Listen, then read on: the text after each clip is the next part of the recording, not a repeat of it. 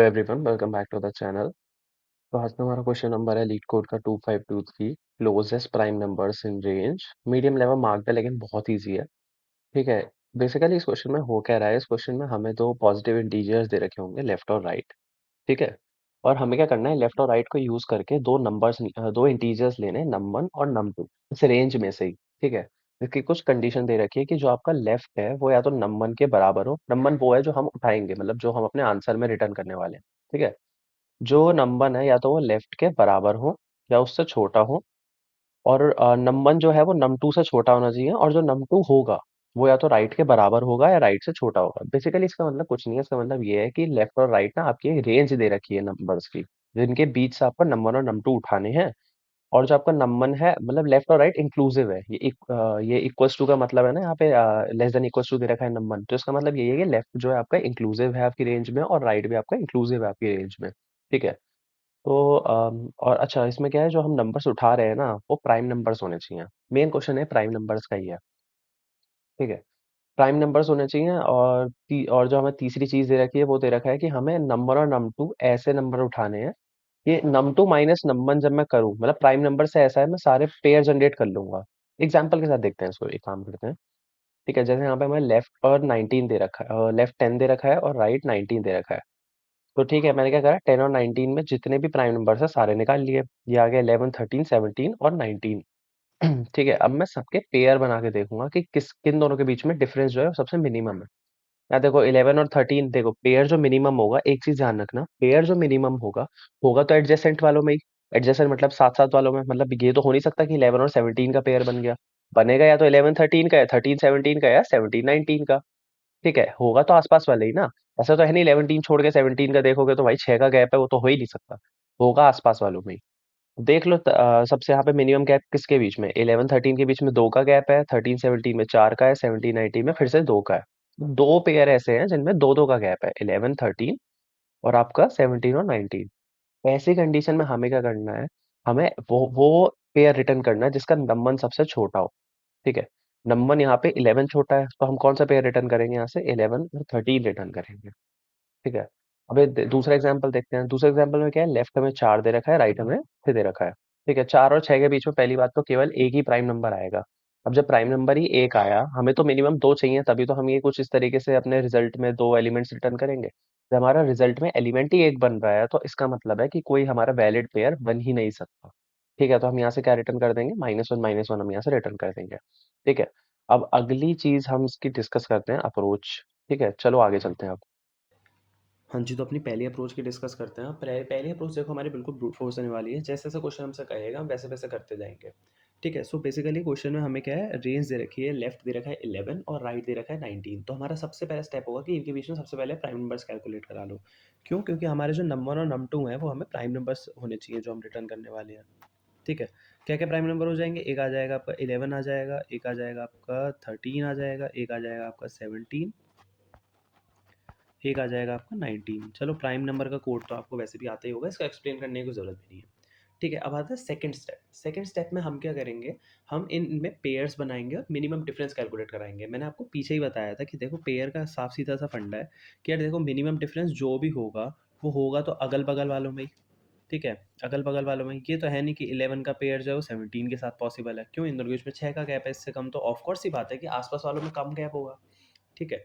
तो नॉर्मल अपना एक आई एक लूप चलाएँगे, फॉर लूप चलाएँगे, i इक्वल्स टू 0 से अपने पूरी प्राइम्स डॉट साइज़ के लिए, प्राइम्स डॉट साइज़ -1 के लिए, और अगल-बगल वालों का मिनिमम डिफरेंस करा लेंगे ट्राई। कैसे कराते थे? कुछ नहीं, एक बाहर अपना एक सिंपल सा एक, इसको हटाते हैं, मैं यहाँ पे टेक्स्ट ले लेता हूँ।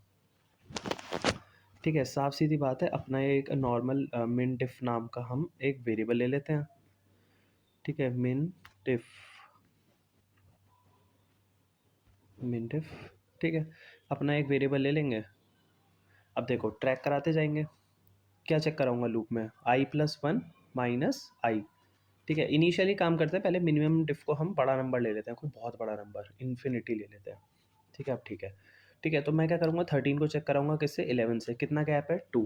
2 बड़ा, आप बताओ 2 बड़ा या इन्फिनिटी बड़ा, इन्फिनिटी बड़ा।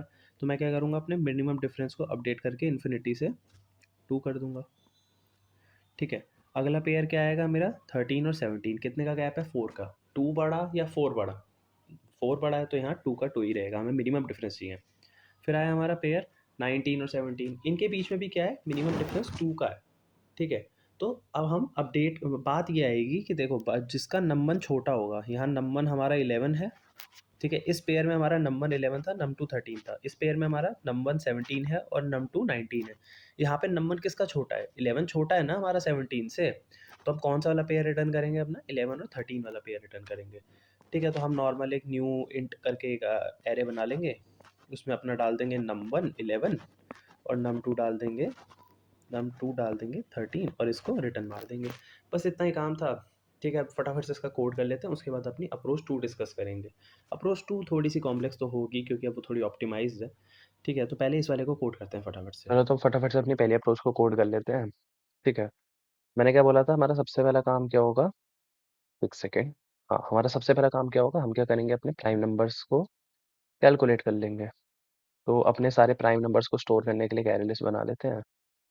New array list. ठीक है, तो इसके बाद अगला काम क्या है, हमें अपने सारे प्राइम नंबर्स को इसमें डालना है। तो पहले कैलकुलेट तो कर लें prime number.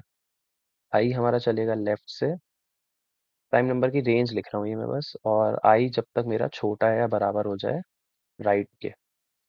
I plus plus if, एक अलग से फंक्शन भी बना लेंगे इस प्राइम नाम का। तो मेरा हर प्राइम नंबर को चेक कर रहा होगा कि वो प्राइम है या नहीं है। अगर वो प्राइम नंबर है, यहाँ से मेरी वैल्यू रिटर्न ट्रू होती है, तो मैं उसको अपनी प्राइम्स वाली एरे लिस्ट में ऐड कर लेता हूँ। ठीक है, ये था हमारा पहला काम। ठीक है, हमारा पहला स्टेप यहाँ पे खत्म हो गया है। इससे पहले अपना इस प्राइम वाला फंक्शन भी यहीं बना लेते हैं। ठीक है, पब्लिक बूलियन इस प्राइम। ठीक है, इस प्राइम को हम देंगे एक नंबर दे देते हैं n। ठीक है जी, तो अपना वही क्लासिकल इस प्राइम वाला कोड। अगर n जो है वो मेरा 2 से छोटा है, ठीक है, 0 और 1 आपके प्राइम नंबर में काउंट नहीं होते, इसलिए अगर n मेरा जो है वो 2 से छोटा है तो मैं यहाँ से रिटर्न कर दूंगा फॉल्स। ठीक है, और बाकी नंबर, बाकी प्राइम नंबर के लिए मैं क्या करूँगा, 2 से चलाएंगे लूप। कहाँ तक जाएगा, जब तक मेरा i मल्टीप्लाई i जो है वो छोटा या बराबर हो जाए n के। वही अपना पुराना क्लासिकल प्राइम नंबर वाला कोड है, कोई दिक्कत नहीं है इसमें तो। ठीक है, अगर मेरा जो है वो मेरा n जो है मेरा i से डिवाइड हो रहा है और जो मेरा रिमाइंडर बचे वो 0 आ जाए, तो इसका मतलब वो प्राइम नंबर नहीं है। ठीक है, और अगर ऐसा नहीं होता है, आप फॉर लूप के बाहर आ जाते हैं, तो इसका मतलब आप प्राइम है। ठीक है जी, ये हो गया हमारा इस प्राइम वाला कोड। अब वापस से ऊपर चलते हैं अपने इस वाले कोड पे। ये हमारा पहला स्टेप हो चुका था कंप्लीट। ठीक है, पूरा कंप्लीट हो गया।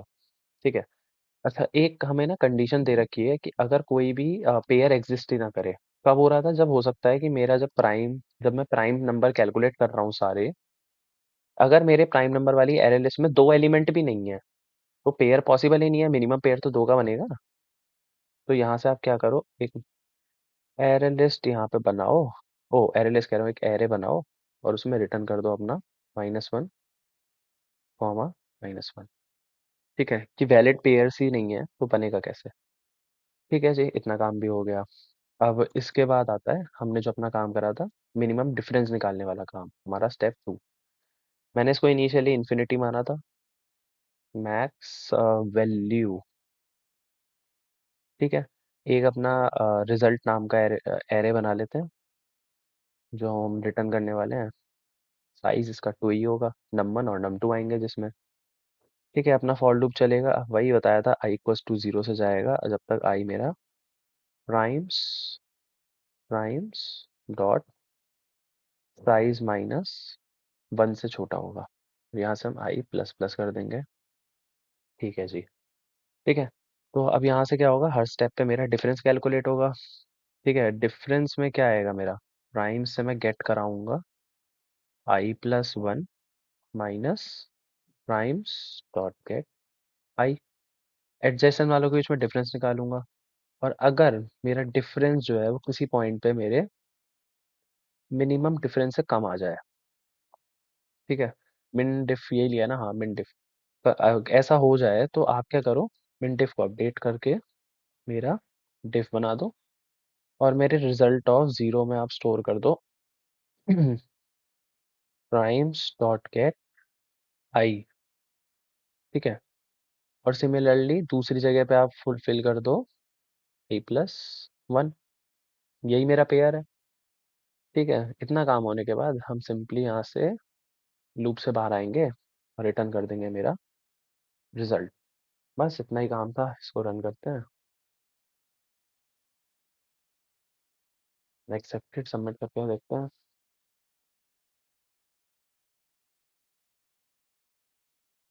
हाँ जी, तो आपने देखा इसका रन टाइम ना काफ़ी ज़्यादा है।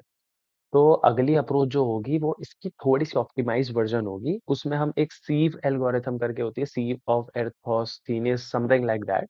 ठीक है, हम उसका यूज़ करके अपने टाइमर को कैलकुलेट कराएँगे। बेसिकली वो एक थोड़ी ऑप्टिमाइज़ अप्रोच है। बेस्ट अप्रोच नहीं बोलूँगा इस क्वेश्चन के लिए मैं उसे, लेकिन इससे ऑप्टिमाइज़ अप्रोच है। उससे हमारा रन टाइम थोड़ा और कंट्रोल आएगा। ठीक है? ये अप्रोच तो बिल्कुल बेसिक सी थी, इसलिए मैंने इसको ज़्यादा इम्पोर्टेंस दी नहीं, मतलब इम्पोर्टेंस दी है बट इतना अच्छे से एक्सप्लेन नहीं किया। उस वाले के लिए मैं पहले आपको सी वाली वो एल्गोरिथम पढ़ाऊँगा, उसके बाद मैं फिर आपको इस क्वेश्चन में वापस लेके आऊँगा और फिर इसका कोड करेंगे। ठीक है? तो चलते हैं अपनी अप्रोच नंबर 2 पे। हाँ जी, तो अब अपनी दूसरी अप्रोच की बात करते हैं। देखो ये अप्रोच बेसिकली पूरा हमारा कोड पिछले वाला सेम ही रहेगा, बस जो हमारा इस प्राइम वाला फंक्शन होगा ना, मैं उसको बदल दूँगा।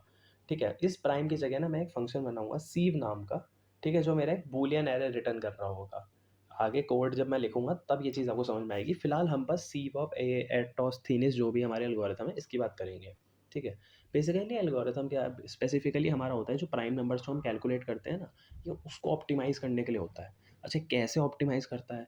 ठीक है, ये क्या करता है जैसे मान लो पहले हम एग्ज़ाम्पल लेते हैं, मान लो मैं लेफ़्ट लेता हूँ 0, ठीक है? लेफ़्ट मैंने मान लिया 0 ले लेता हूँ और राइट में ले लेता हूँ अपना 9 ले लेते हैं, ठीक है? 9 अरे चल जा, 9 ले लेते हैं, हाँ, ठीक है अब चल रहा है, ठीक है? तो इस प्राइम वाली अपनी एरे बना लेते हैं। ये क्या करता है बूलियन टाइप की इस प्राइम बनाएगा और सबको क्या करेगा इनिशियली सबको ट्रू मार्क कर देगा, ठीक है? कर लेते हैं। तो ये बनाएगा हमारा n+1 तक की क्योंकि इसमें ज़ीरो भी तो काउंट होगा, ठीक है? ये हो गया 0 1, ये हो गया 2 3 4 5 6 7 8 और एक 9 लिख भी लेता हूँ चलो। ये केवल इंडेक्स नहीं है, ये हमारे नंबर्स को रिप्रेजेंट कर रहे हैं, वही रेंज वाले, ठीक है? अब देखो 0 और 1 तो हमारी ज़ाहिर सी बात है भाई प्राइम नंबर तो होते नहीं हैं, तो उन्हें तो ये स्टार्टिंग में ही फॉल्स मार्क करा देता है कि आप फॉल्स हो जाओ, फॉल्स, और ये वाला भी हमारा फॉल्स हो गया। अब ठीक है, अब हमारा नॉर्मल लूप चलेगा वही 2 से I into I less than equal to N वाला, ठीक है? ये क्या करेगा जैसे 2 पे आएगा, हम क्या करेंगे इस 2 के अंदर एक और फॉर लूप चलाएंगे जो 2 के जितने भी मल्टीपल्स होंगे उनको सबको जाके फॉल्स मार्क कराएगा। ठीक है, इसका फ़ायदा क्या है आपको आगे समझ में आएगा। मान लो हम आई इक्वल्स टू 2 पे आए, अब 2 खुद तो प्राइम नंबर है तो खुद को तो कुछ करेगा नहीं, तो ये क्या करेगा 2 के अलावा जो भी 2 के मल्टीपल होंगे उन सबको फॉल्स मार्क कर देगा। 4 मेरा फॉल्स मार्क हो गया, 6 मेरा फॉल्स मार्क हो गया और 8 मेरा हो गया फॉल्स मार्क। अब हम आए 3 पे। 3 क्या करेगा खुद तो प्राइम नंबर खुद को तो कुछ करेगा नहीं, अपने जो भी मल्टीपल्स होंगे उनको फॉल्स मार्क कर देगा। 3 का मल्टीपल कौन है 6 पहले से फॉल्स मार्क है, 3 का मल्टीपल और कौन सा है 9, तो ये क्या करेगा 9 को भी फॉल्स मार्क कर देगा। चलो जी ये काम भी हुआ। अब हम आए 4, 4 का तो काम है ही नहीं, 4 तो पहले से फॉल्स मार्क है। फिर हम आए 5 पे, ठीक है? इस टाइम 5 मेरा प्राइम मार्क्ड है। 5 का कोई मल्टीपल इसमें प्रेजेंट है नहीं है, आगे बढ़ जाओ। 6 क्या है फॉल्स, 6 के लिए हम कुछ चेक नहीं करेंगे। 7 के लिए आओ, 7 मेरा प्राइम है इस टाइम, ट्रू मार्क है तो मतलब उसे प्राइम मार्क कर रखा है मैंने। 7 का कोई मल्टीपल प्रेजेंट है नहीं, प्रेजेंट है, बात खत्म हो गई। 8 मेरा पहले से फॉल्स है, 9 मेरा पहले से फॉल्स है, तो हम चेक ही नहीं करेंगे, ठीक है? तो अब इसका फ़ायदा क्या हुआ? इसका फ़ायदा हुआ कि जब आप अपना वो करेंगे ना प्राइम्स नाम की एरे लिस्ट बनाएँगे, अपना आई चला रहे थे हम पिछले वाले में, कहाँ से? अपना आई चलाते थे ना हम लेफ़्ट से, कहाँ तक चलाते थे? Less than equal to right तक चलाते थे, ठीक है? और चेक कराते थे कि अगर इस प्राइम होता तो उसको अपनी प्राइम्स में ऐड करा लेते थे। अब फ़ायदा क्या हुआ कि देखो यहाँ पे ना अननेसेसरी मुझे बार-बार हर नंबर के लिए इस प्राइम की कैलकुलेशन नहीं करनी पड़ रही। ठीक है? कि पहले हम उसको चेक कर रहे हैं कि वो अगर उसका रिमाइंडर 0 आ रहा है इसका मतलब वो प्राइम नहीं है। कर रहे थे ना अलग से वहाँ कैलकुलेशन से कर रहे थे। हमें अब यहाँ वो करने की ज़रूरत नहीं है। यहाँ हमारी पहले से ही सारी चीज़ें, यहाँ हमारी पहले से ही सारी चीज़ें ट्रू फॉल्स मार्क हैं। ठीक है? वो सीधा अपना उसे या तो ट्रू बता देगा या फ़ॉल्स बता देगा, उस हिसाब से हम ऐड कर लेंगे। ठीक है? बस इससे क्या होता है, हमारा जो प्रोसेस होता है, जो हमारी कैलकुलेशन होती है वो कम हो जाती है, जिसकी वजह से हमारी टाइम कॉम्प्लेक्सिटी थोड़ी कम आ जाती है और ये प्राइम नंबर को कैलकुलेट करना ऑप्टिमाइज़ हो जाता है। बाकी पूरा कोड एकदम सेम रहेगा। ठीक है? इसको मैं बेस्ट अप्रोच क्यों नहीं बोल रहा हूँ, अब मैं वो बताता हूँ। ठीक है? बेसिकली ये सीव जो होता है ना, ये सीव वाली जो हमारी एल्गोरिथम होती है, ठीक है? हम सीव वाले फंक्शन को ना एक लिमिट पास करते हैं। ठीक है?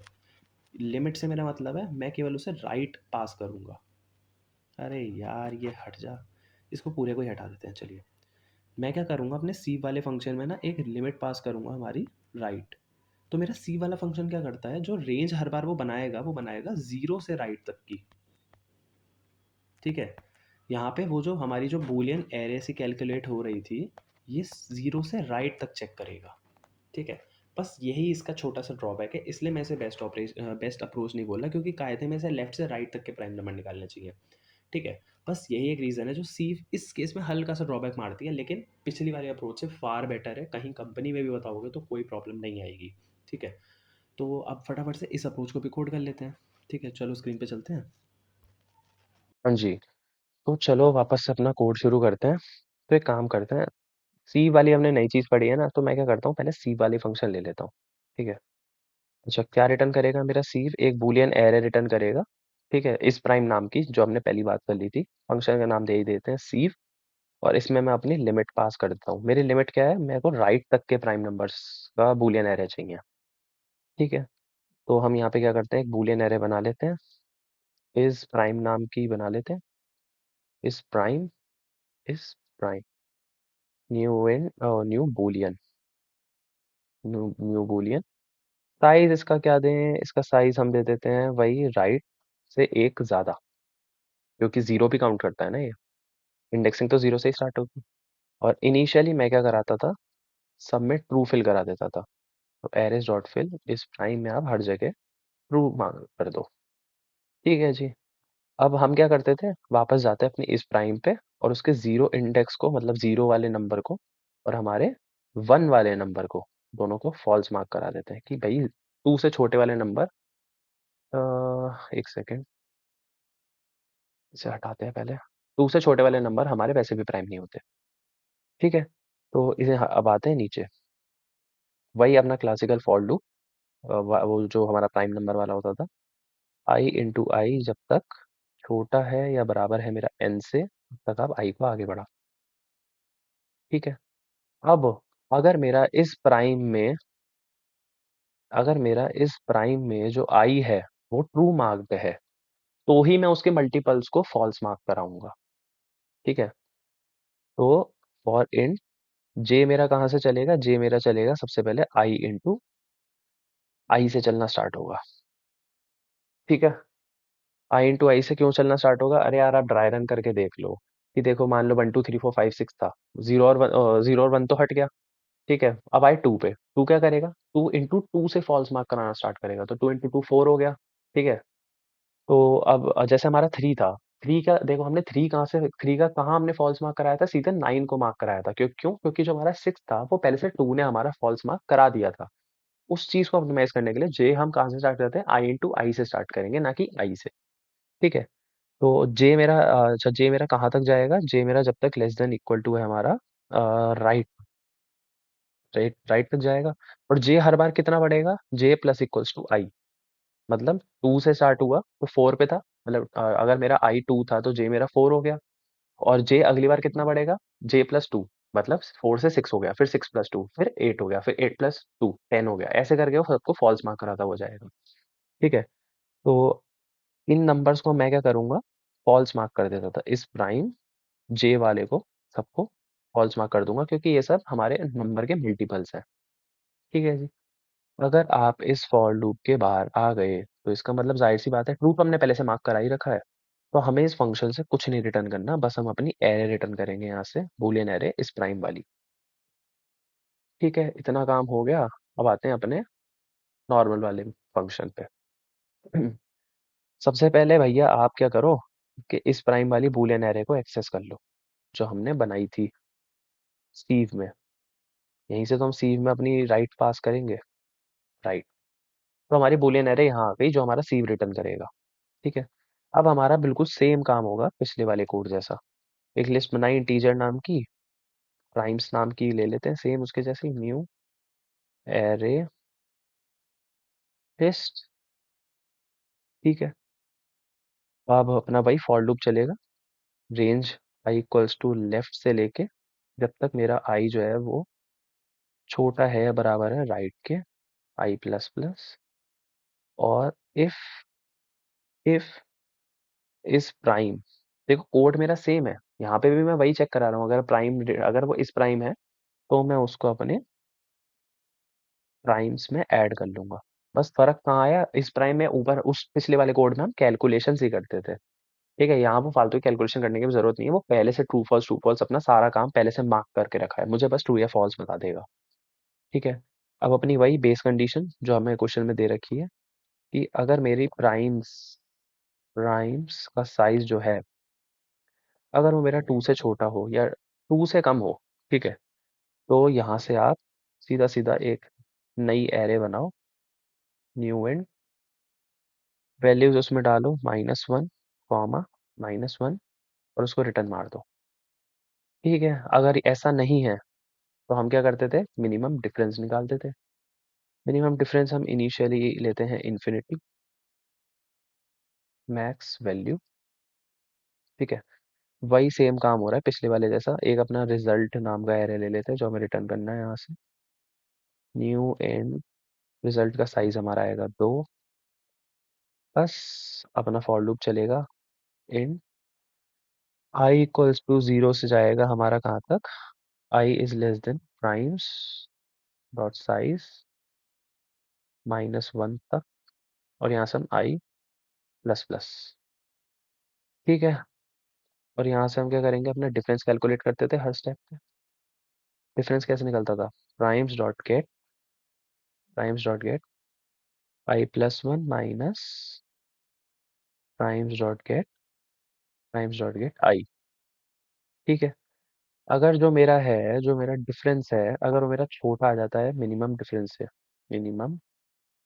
मिनिमम डिफरेंस से, तो मैं क्या करता था, अपने मिनिमम डिफरेंस को अपडेट करके डिफरेंस के बराबर कर देता था, और रिजल्ट ऑफ रिजल्ट ऑफ 0 में हमारा स्टोर कराता था मैं प्राइम्स डॉट गेट आई को, और रिजल्ट के पहले इंडेक्स में मैं स्टोर कराता था अपने i+1 को।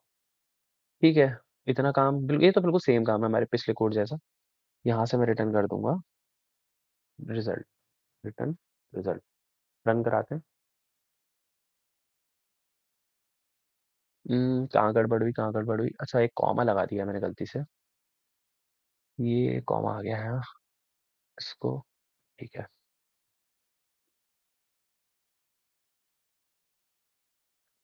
फिर से कहीं गलती, cannot find symbol n, n कहाँ ले लिया मैंने, अच्छा यहाँ एन नहीं आएगा, यहाँ आएगा राइट आएगा, और कहीं तो एन नहीं है ना। नहीं, आप रन कराते हैं, एक्सेप्टेड, सबमिट करते हैं। देखो इसका रन टाइम पिछली अप्रोच से थोड़ा बेटर आया, मैं इसलिए कह रहा हूँ कि ये बेस्ट अप्रोच नहीं है बट ऑप्टिमाइज अप्रोच ज़रूर है। ठीक है, तो अगर आपको ये सीव वाली एल्गोरिथम समझ में आई हो, वीडियो पसंद आई हो, तो please do like and share. Thank you.